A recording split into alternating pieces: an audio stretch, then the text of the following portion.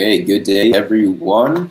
It is Tuesday, the 26th of January, 2021, and I have the great pleasure and opportunity to be joined today by Mr. Jason Bassler of the Free Thought Project. I interviewed Ms. Bassler's colleague, Matt Agrest, who's another one of the founders of that particular media publishing arm.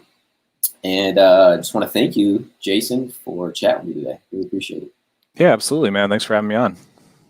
When was the first time you started doing this type of work? Was this something that you were always wanted to do, was do kind of this journalism media work, or did you have prior careers? Actually, no, I kind of stumbled into it. I guess growing up, I was born and raised in the Bay Area, so I had a bit of counterculture in my blood, just naturally from being raised in that environment. And, you know, as far back as I can remember, my teenage years, I was involved with activism. You know, my adult years, early adult years, I was involved with activism. I was protesting in the streets of San Francisco against the Iraq War. I've even done environmental activism. I was worked for the nonprofit Forest Forevers. And yeah, it's just as far back as I can remember, I've always been interested in trying to better my community, better the world somehow, be involved. So I kind of stumbled into the whole journalism, internet activism world simply just by the Occupy Wall Street movement, and then just creating Tumblr accounts, Twitter accounts, Facebook pages. And that's actually how I met my business partner and editor-in-chief, Matt Agrest. So yeah, there's a little more detail to it than that. I'm sure anybody who's heard my interviews in the past has probably heard in depth that whole story. I'd be glad to get into any more of that if you'd like, but that's more or less the basics of it. Okay, and it was about 6 years ago or so that you guys started the Free Thought Project in particular? The Free Thought Project was 2013, so 8 years now. Okay. Yeah. But Wow. I was doing some stuff before that. I had already created Police the Police, which at one point was the largest police accountability platform anywhere on the internet before we ended up dealing with Facebook and Twitter censorship. And I had a few pages prior to that as well, nothing too big. The Free Thought Project was the first flagship in the sense that it had a website attached to it and a legitimate writer, being Matt Agrest, and we also had a team of about 7 different writers at one point associated with the Free Thought Project. Okay, excellent. And you guys have had quite impressive numbers. I know in the past you got up to, I think, several million followers on Facebook before you got censored. Is that true? Yeah, we lost nearly 6 million fans when Twitter and Facebook both conspired to remove our accounts and pages on the same day. So yeah, prior to that, it wasn't unheard of if we were reaching upwards of 40, 50 million people a week using those pages. I believe in the entire year of 2017, we actually had 1 billion views across our network.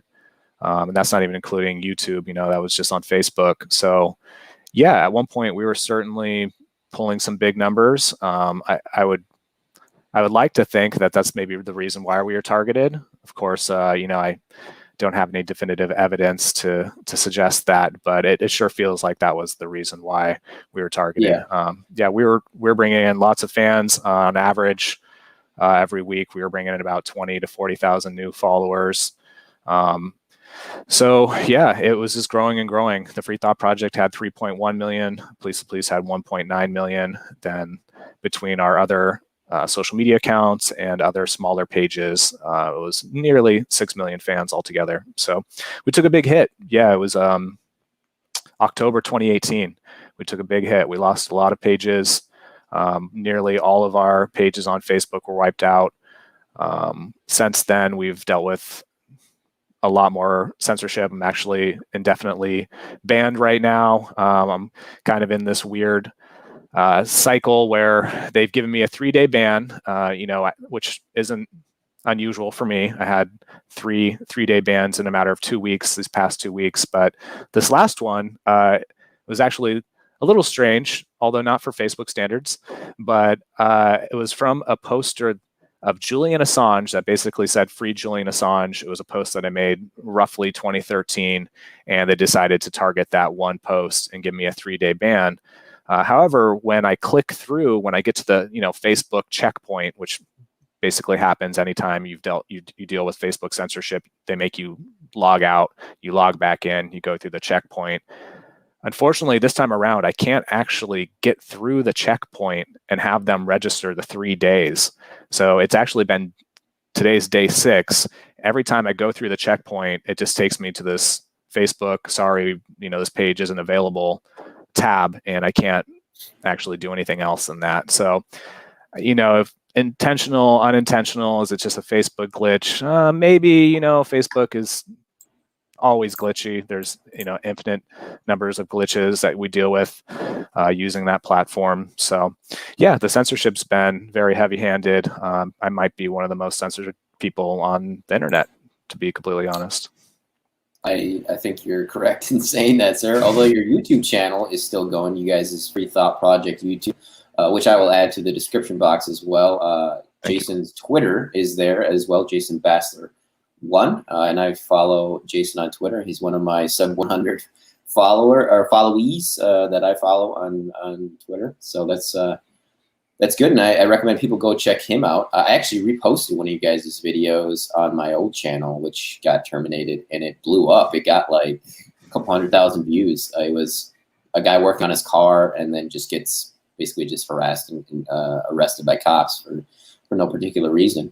But why was cops and kind of police accountability always the focus for you? Or because you said it was more so Occupy Wall Street, and then you guys are, I would say you guys are kind of peerless in terms of police accountability. You guys are kind of leading the charge, it seems, in that sense. Yeah, well, for me, the Occupy Wall Street was kind of the catalyst where I realized that I needed to get more involved in the current realm of politics. Prior to that, I was involved with activism. I just didn't really understand my own political ideology. So I really took some time around the Occupy Wall Street movement to really understand what my principles, what my values were. And, I wanted to be responsible about that before I just started sharing information. I wanted to make sure that my points of view, my worldviews were intellectually and morally consistent. That was something that was very important to me. So that was certainly a turning point for me. But during the Occupy Wall Street movement, what infuriated me the most was watching heavy-handed law enforcement throw around protesters, beat elderly women, throw around children who happen to be there with their parents. It was very indiscriminate. You could probably go back on YouTube now and find some of that footage, although I must say it's somewhat tame compared to some of the protests we saw last year. I realized that I needed to get involved, and I didn't know exactly what that looked like. I just knew that I was going to do everything in my power to try to hold police accountable. And that's more or less what was the catalyst for creating Police the Police. And since then, I've been a thorn in their side, highlighting and documenting police brutality stories, misconduct stories, abuse of authority, and just philosophically destroying them and all their bullshit arguments with memes and videos. I feel like that's just important. If we could laugh at these people and point at them as being clowns, that's almost as effective as trying to hold them accountable. Kind of delegitimizes their authority. So that's always been a big part of my work. In fact, I'm probably more knowledgeable and educated on police accountability issues, police violence, police reform issues than I am on some of the other topics that we cover and take into consideration when we create articles for the Free Thought Project. I actually learned from Matt that police are not constitutionally required to protect the citizens of the United States of America, which I did not know. Over the course of learning about police accountability, are there other things similar to that have really stuck out to you in terms of police and what they are allowed to do or what their duties consist of? Yeah, I think the most important thing that we need to recognize and acknowledge as a society, and this is where Black Lives Matter really gets it wrong, is that law enforcement is a monopoly. So in any other realm in society, monopolies are undesirable, and they even teach us that, in elementary school, public schools and stuff, they really harp on the fact that, oil monopolies, electric monopolies, X, Y, and Z monopolies are bad for society, yet the state government claims to be a monopoly. They claim this authority over us to provide this service. And unfortunately, when any service is provided by funds that are extracted from coercion, meaning involuntarily extracted, meaning we're not going into an Apple store and paying for these services. They literally take them out of our pocket through, yearly tax, through every transaction we have with sales tax. These are all going to fund the police. And unfortunately, when these tax dollars fund the police have zero incentive to ever be effective, efficient, accountable, or to ever improve. So with that being said, no reform in the past 100 years has really been effective enough to keep police brutality and police violence under control. Unfortunately, it's gotten completely out of hand. We see, after George Floyd was killed, we've seen numerous lawmakers bend over backwards to try to appease their constituents with police reform measures, many of which were dropped once all the unrest and protests were slowing down. But even the ones that have passed, they're literally Band-Aids on a profusely bleeding wound. And, you could search back 100 years ago and see police brutality protests that were going on and people holding up signs saying, "End police violence," etc. So the fact that we're ever going to reform these types of institutions through political measures is akin to trying to cure cancer with cancer. It's just never going to work. So that's kind of my stand on it. What's the solution, do you think?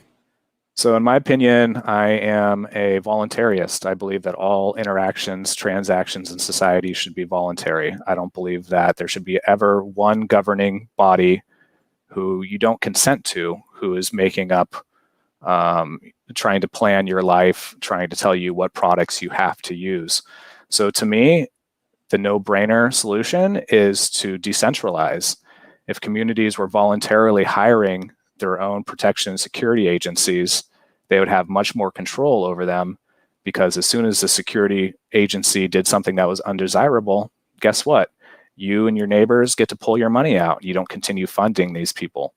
We already have examples by people like Dale Brown with the Threat Management Center in Detroit that prove that this model is absolutely 100% the only effective way to actually keep police accountable.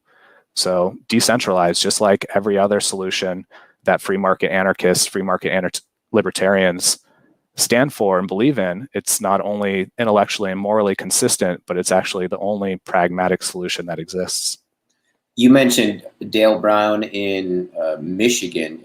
That was in Detroit because of the fact that police were just not doing anything to protect citizens, right? So they kind of made their own private security that they would hire out to businesses. Is that correct? More or less, yeah. And of course, Dale Brown would probably take offense to being called a security company. He has a whole different strategy as to how they try to quell any type of possible violence, and it's through threat management. So they actually take precautions and treat the community in a way to actually reduce any type of possible violence in the community. So it sounds a little convoluted. We actually just had him on a podcast, and he certainly explains it much more, articulately and more thoroughly than I do. Unfortunately, that podcast, after we recorded it, I edited the whole thing, and he messages me the next day and says, "Oh, hey, I forgot I signed a contract with A&E, and I can't let you post that podcast yet because I'm under contract and they could sue both me and you." So I don't know if that will be coming out anytime soon, but feel free to, any of your listeners to Google, or I should say YouTube, any Dale Brown videos, because he's certainly done a lot of interviews over the past few years, mainly by libertarian-minded outlets who find his work to be the solution, to be the shining example that we should point to. So yeah, my favorite is by Coplock. If you type in Coplock and Dale Brown into YouTube, just listen to what that man has to say, and you could tell that there's a night and day difference between his mentality on how to accomplish the job and the way that law enforcement looks at the job. Right. Okay. And do you guys focus principally on local police, or do you guys also do research into like the FBI and other law enforcement agencies, or is it usually just police organizations? It's generally just local law enforcement. There are stories that overlap with, CIA, Department of Homeland Security, a few other of the alphabet agencies. Those tend to go more towards the Free Thought Project side of things. Police to Police generally focuses on, sheriff's departments, police departments. And, honestly, dude, every single day there's countless stories. And, we try to really take a second to make sure that we're covering the most important ones, but there's literally so many that we could probably write 5 or 6 stories a day. And we used to, before we were actually purged, when we had more writers, we would actually write 6 stories a day about this stuff. So there's, an endless supply of police accountability, police violence stories out there. Yeah. And you guys lost writers after that purge? They went to do other stuff, or? Well, we just couldn't pay them anymore, man. You lose millions of fans, you lose traffic, and the majority of the people who are in this business are funded through ad revenue. So, we're dependent on the clicks that we get to our content. So we lose those millions of fans, and guess what? We don't have even a third of the traffic that we used to have coming through our site, So yeah, unfortunately, and what the worst part about that is that these people went to go, not all of them, but a few of them went to go work for other outlets who are technically our competitors. We try not to look at things that way, because anybody who's in the alt media realm is technically, our allies in this fight. But we train these people. We gave them their tools. We've helped them succeed in the past, and now they have all this knowledge and these tools, and they've just shifted over to our competitors. So yeah, it's tough, man. Facebook has really put us in a very difficult position. We're not going to back down. We're just going to keep doing what we do. And our quality has suffered a little bit. I'm the first one to admit that. We don't have the resources to continue making in-depth videos. We don't have the money to pay 3 or 4 different writers with different perspectives. So yeah, it's part of the unfortunate process of losing millions of fans. When was the last time you called 911? Never. I don't think I've ever called them, man. Yeah. No. Can you think of a situation where you would?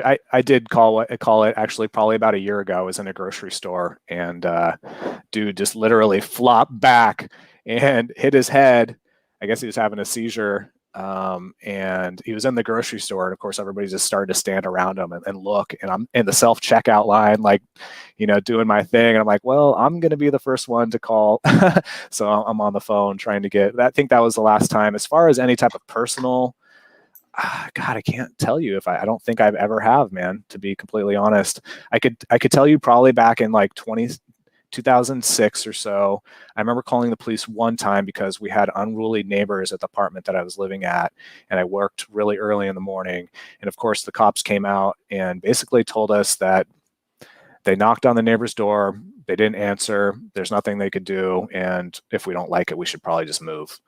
So I think that was my only experience with actually calling the cops. And of course, at that point in time, I wasn't, philosophically where I am now. So what are your thoughts on the year 2020, last year, and everything that happened with the pandemic, lockdown, election, etc.? What are your thoughts on that's transpired? That's a broad question, man. I would say, just to sum it up, and we could get into some more specifics if you want to ask me about them, but I would say, just to sum it up, 2020 was a really rough year for a lot of people, including myself, including a lot of my family and friends. And it wasn't necessarily the virus that made it rough. It was government and government's policies. And just like everything else in life, government is the source of most misery and problems and issues and conflicts. So take that as you will. But yeah, that's more or less my take on 2020 if I had to sum it up in one sentence. What do you think about the election and everything that happened? Did you vote, for example? Or no, I don't believe in voting, at least not on the federal level. Okay. So do you vote locally in the municipality? I haven't since I've moved to my new area, although I'm not completely against the idea of voting locally. At least that seems to have some significance, unlike voting for presidents. And my take on the 2020 election, it was a mess. You know, it's a shit show. It always is. It only gets worse. It only becomes more of a theatrical circus. You know, clown world intensifies, as the kids say. And yeah, it should be even more of an example as why we don't participate in politics. You know, and the fact that people do still participate means that either they're products of public schools or they just haven't been paying attention at all, and it's identity politics and voting for their team. You know, because anybody who has been paying attention, anybody with a moral compass or half a brain, an IQ over 70, I believe shouldn't be participating. You know, the first step to changing the system is to stop complying with it. So if you're going to continue to comply and participate in a system that has the largest prison population on the planet, that is in debt, $27 trillion, that your kids' will be paying for, that kills people indiscriminately in their beds during no-knock drug raids in the middle of the night. You know, I mean, I could keep going on, but your tax dollars, your participation is exactly what keeps the system going. So I personally can't do it. I have to opt out. There's no way I could participate in a system like that. I understand why some people think that there's only one way of change, social change, through politics, because that's what they've told us. That's what they've brainwashed us into believing for years and years in public indoctrination camps called public schools. So I get it, and I'm not completely opposed to the political change, you know, trying to make change through political means. I just personally, I can't participate. Did you think that the election was fixed? No, I'm no expert.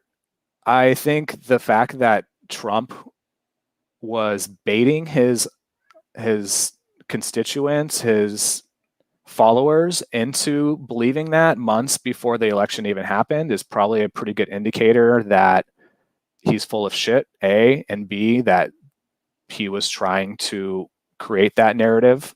And of course, his followers took it hook, bait, and sinker, you know. Was there some, you know, small insignificant issues with the voting through, you know, absentee ballots or mail-in ballots or whatever? I'm sure there was. There's usually always some kind of, you know, issues with that. Is that significant enough to say, you know, that Biden and the establishment stole the election? I don't know. In my opinion, you know, these elections are generally rigged anyway. Look, I mean, there's never a third party involved. There's always just the two parties, you know. I mean, they're rigged on different levels. Of course, they're not going to be the same spotlight that the media shines on them, but there's problems. There's infinite problems with the electoral system. So, you know, again, why anybody with a brain, why would you participate in that? You know, it's like, it's rigged. It's all rigged. Have you debated leaving the United States? No. And why should I? You know, they're the ones that suck. So why should I leave? I'm the one who's trying to promote peace. I'm the one who's trying to make things better. And, you know, this is my home. Why would I leave? And in fact, even if I did, there's a 2,600, you know, expatriate, expat tax that they throw on there, so you can't even leave the country without giving these thieves and criminals money, which is kind of interesting, but that's the way it is. And by all means, just Google it. I just Googled the other day just to make sure I had the right amount, but don't just listen to everything I say. Like, research what I say and come to your own conclusions. I have questions about tools you use to research. Do you have any recommendations on tools that you like to use a lot when you're working? Yeah, I would say could be anything, organizational research websites, or what do you like to use, Jason? I think the most important tool that we could use is right here. It's called discernment, and unfortunately, a lot of times people don't exercise discernment. They'll literally buy anything that some YouTube prophet tells them. And we saw that a lot with the MAGA folks. Unfortunately, it seemed like any little type of rumor or any little tidbit of information that was juicy and it could possibly slightly be true would get taken out of context and make the rounds.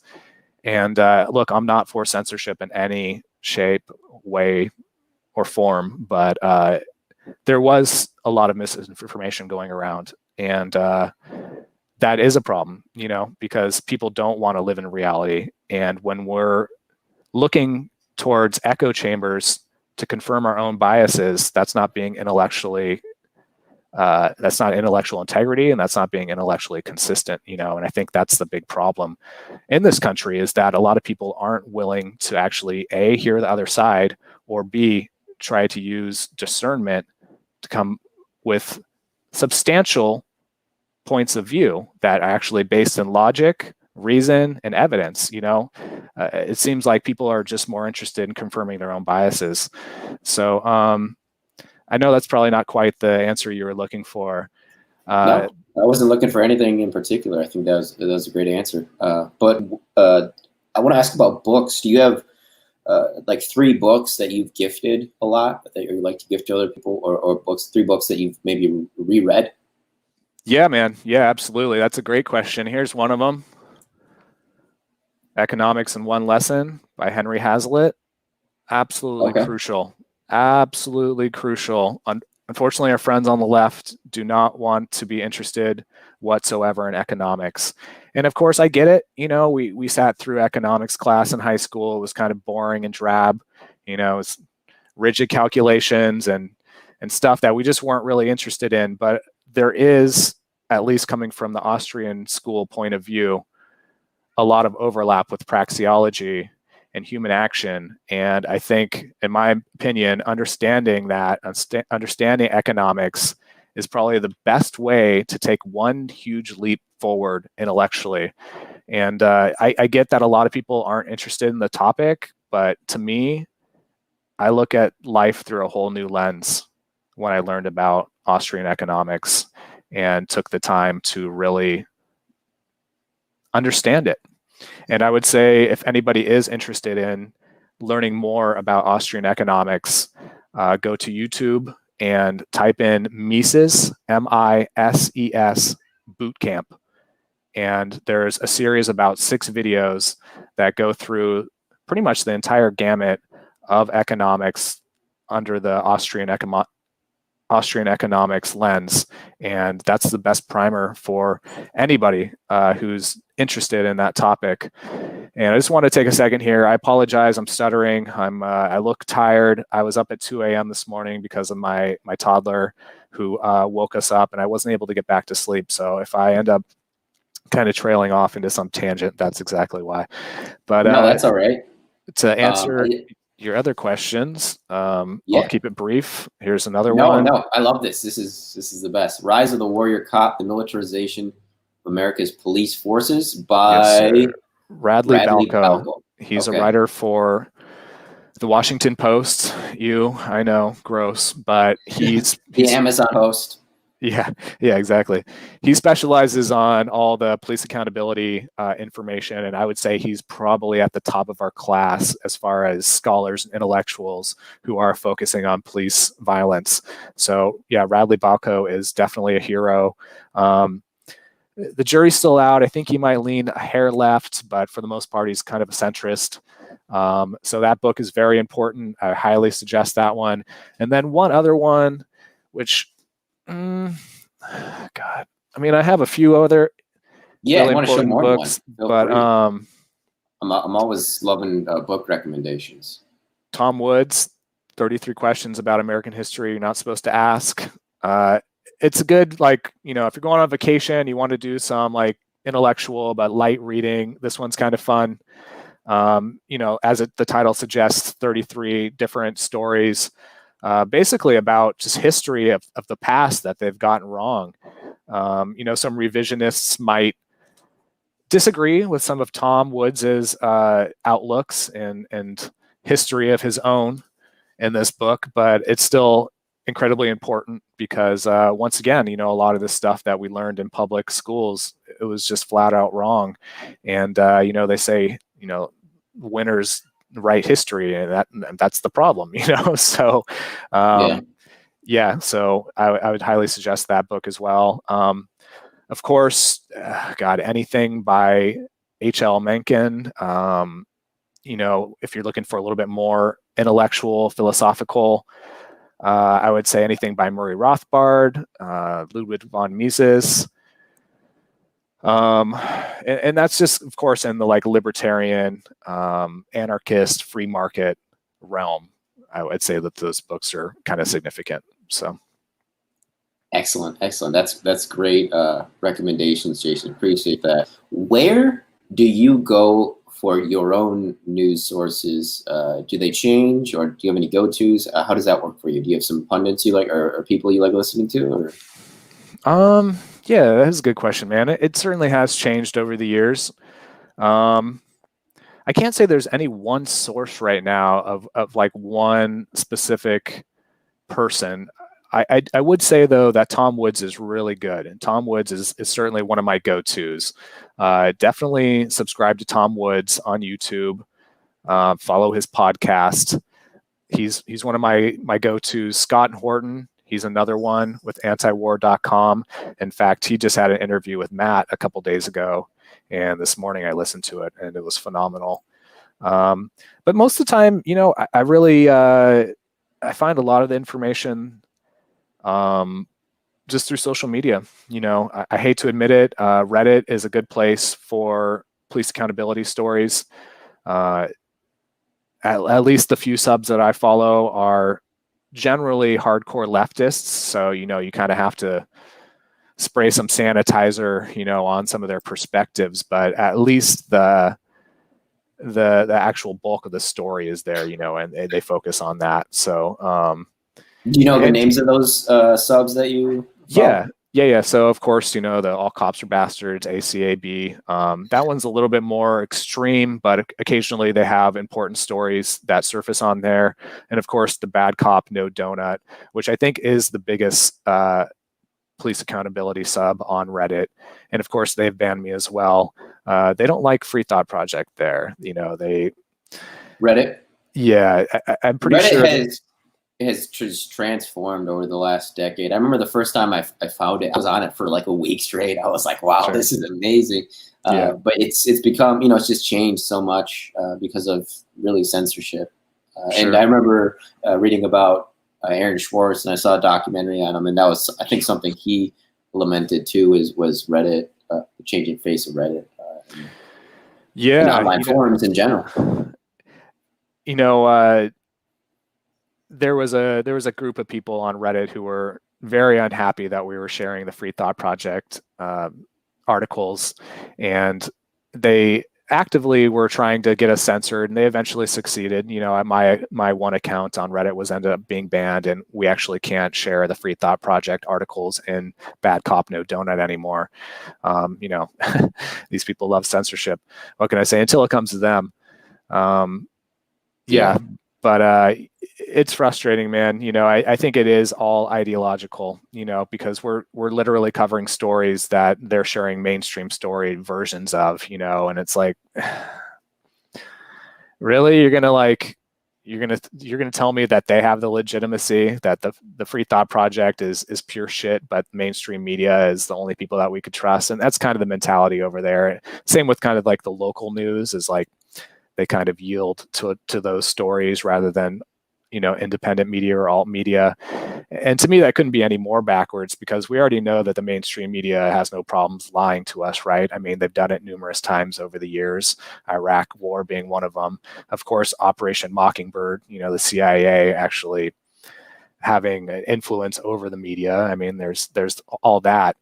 So the mainstream media links, that shouldn't even be something that we like question as being legitimate or not. But then the local links, I kind of get why people think that there's some legitimacy there, but I always try to remind people that these agencies, they're local, and so are their police. They have a relationship with their police. They don't want to ruin their relationship with police. That means they don't get the quote that they're looking for. That means they don't get the lead on the story.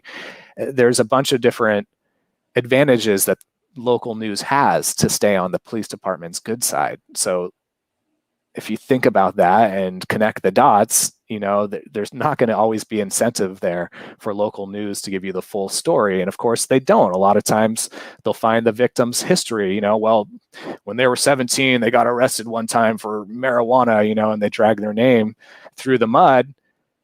And at the end of the day, this person hasn't been violent. They never had any violent, arrests. They've never, done anything to harm anybody else. And the local media is over here justifying, the police just because this guy had an arrest for marijuana when he was 17 or something. So there's a lot of problems there. And like I always say, the independent alt media is going to be the best choice because look, like we're not afraid to tell our audience what our bias is. And don't get me wrong, every news agency has a bias, even if they tell you they're being objective, they still have a bias, okay? Our bias is peace, liberty, and accountability. So if those are three things that you don't think are important, then yeah, you might have an issue with our website and our articles. But if those three things, if you're like us and you think those are the most paramount important things in society, then yeah, we're looking through the lens of those three things when we present information. And you guys' principal focus is writing articles or podcasts or videos, or is it kind of spread out? What's your guys' focus recently or in the coming weeks, would you say? Because the reason I ask partially too is just because of these video platforms that are competing with YouTube. I'm trying to figure out what people are liking and what they're not liking, and because all these new platforms are popping up. So yeah, Sure. Where are you guys focusing? Well, we put out fresh content every day. So on the Free Thought Project website, there's going to be 3 new stories every day, 3 of the most important stories. Sometimes they're just a story that happened somewhere in the country and we feel like we need to cover it. Sometimes there's an op-ed, that Matt could compare 2 examples and kind of give like his opinion on or something, just trying to give some context to some of these stories and incidents that are happening throughout the country. But so, with that being said, that's more or less our focus because that's how we get paid. But, before the purge, we were putting out videos frequently, at least 2 to 3 videos every week. We still put out memes every day. We still have every single day fresh content that we put out on both pages, Police to Police and the Free Thought Project. So yeah, unfortunately right now, our only focus is articles because that's what's making us the most money, and we're spread so thin that, we can only do so much throughout the day. And just like we have families to feed, we have bills to pay. So, we have to unfortunately get paid doing this. And, as far as I'm concerned, that's not a bad thing. If I could fund myself and actually try to do something productive and try to plant seeds in people's heads to get them to see reality in the world around them, then hey, by all means, Yeah. Pivoting off that planting seeds, are you Yeah. familiar with the Smith modernization and are you aware of any other? Because I like to point to people that are unaware of it because it's legalized propaganda for use against us, which I'm not sure if you're aware of Smith Mon. It sounds like a story we have covered in the past, but I would have to brush up on it to like really be intelligent talking about it. Yeah. It's basically a Smith modernization of 2012 by Barack Obama. I think it was. He basically legalized propaganda to be not only used against foreign citizens, but us as well, citizens of the United States of America. Are there any documents like that you point to new people, or like how do you open people up to this kind of information initially? What would you think a good strategy would be? Well, in my experience, a lot of times people don't want to hear about any of this stuff. You know, they want to keep the blinders on, they want to be distracted. And, you know, to their benefit, a lot of times politics just seems really messy and confusing, and they just don't want to get involved. And I get that, you know. So in my opinion, I think it's better to pick and choose times when you actually hear somebody say something, or there's a point where you could insert just a little seed, and you ask them the question. You don't tell them what it is. You just say, hey, like, have you ever thought about, you know, why mainstream media always takes the side of the establishment? I know that's a pretty broad example, but I'm just saying something like that, you know. And I think that's when we have an opportunity to teach people, because as soon as they catch wind of it being politically motivated, or that you're taking either side of the aisle, a lot of times people tune out, you know. And so if you could keep that neutral and just plant that seed, then that's probably the best way to do it, in my opinion. But if I was to try to, highlight the fact that there is legitimate documented fact that the government is in bed with media, I would probably point to Operation Mockingbird. That's certainly one of the most important. You know, it's older, sure, but has that ever been rescinded? Has that ever ended? No, it hasn't. So again, to this day, you know, we don't know exactly how much of that they actually take advantage of to manipulate the American people. But I would suggest that it's still happening for sure. And even one step past that, you know, it's not just these topical narratives that they throw out at a whim whenever the next news cycle comes out. I mean, a lot of this stuff stems from the indoctrination that we endured when we were going to public schools. A lot of this belief in government, a lot of belief in just the infrastructure of society and how it's supposed to be something that the government provides for us. These are all just mental constructs that have been taught through public schools and not necessarily legitimate. So to me, the philosophical side of all this is much more important than the activism, because look, activism is going to bring a revolution, but is revolution what we want? Do we just want to go full circle? That's what a revolution is. To me, the philosophy starts up here. It means changing people's mentality about how they think about these subjects. That's the important part, because that's when we start to have evolution. We have a revolution, we just replace one dictator with another tyrant, and the cycle continues. But until we have evolution, that's when we actually start to evolve as a species, and getting past this idea that ownership is legitimate, that authority is legitimate. Neither of those are legitimate. Those are both claimed. Not one single person in this world has ever been born or woke up with legitimate authority. They just claim it. And we got to recognize that, because the state is doing havoc on numerous levels right now, especially right now. I was just talking with a friend about this. We're at all-time highs with censorship on the internet. This is also while we're being locked down and told we can't do anything in public. We have to wear face masks. We need to social distance. It's getting fucking crazy. Like, it's ramping up at an exponential rate right now. So it's very important that we get all of our philosophy right, and we try to usher in a new world that's based in nonviolence. So, you know, the world that we're going to leave behind is based in violence. Government is violence. And ultimately, that's the problem. So, you know, cheers. Hopefully we could evolve. Yeah. My last question, Jason, because I know you have another interview, and then I can just ask about your any plugs you have for the next couple of weeks' work that you're doing. have you ever personally been targeted, other than the, your platform's censorship or your Free Thought Project, Police to Police? Have you ever been personally harassed for the work you do? It's a great question, man, and I'm glad that you bring that up, because I would love to hear about your story here if you want to get into it. Yeah. But no, I haven't. And when I first moved back up to Northern California, I thought it was a little strange. I'd had my pages for about a year. I did get a knock on my door from the FBI. They gave me their business card. They told me that they were looking for a previous tenant.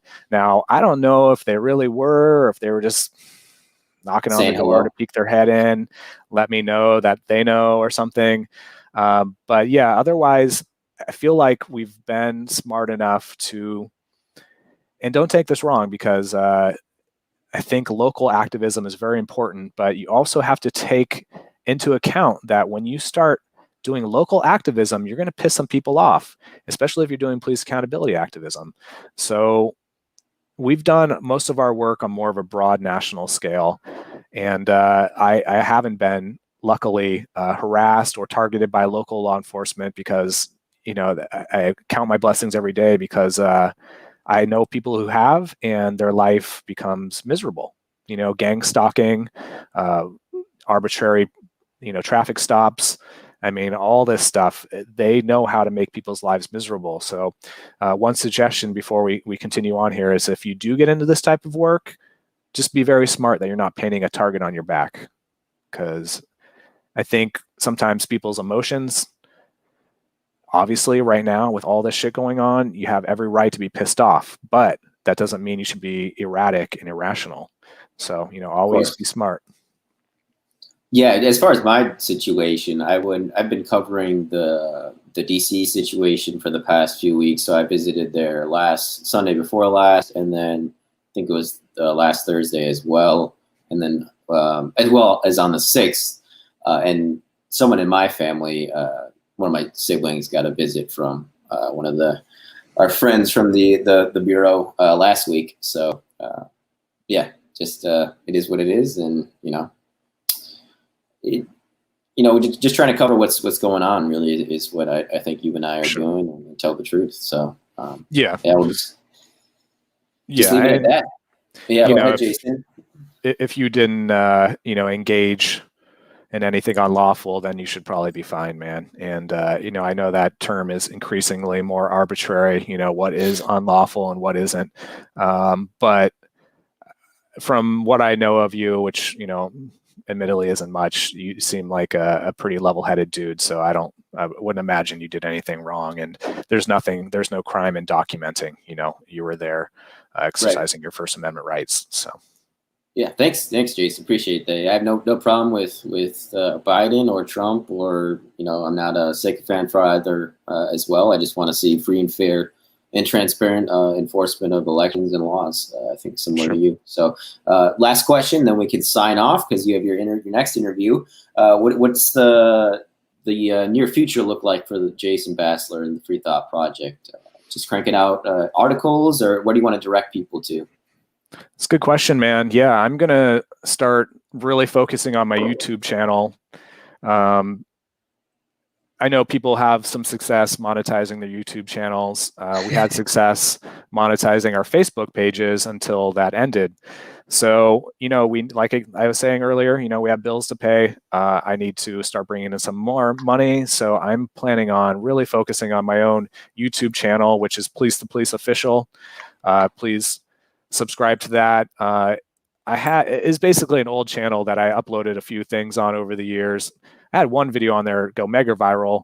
Luckily, that brought in about 30,000 subscribers. So I'm not starting from scratch, which is kind of nice, but I am going to start uploading more content, more police accountability content up there.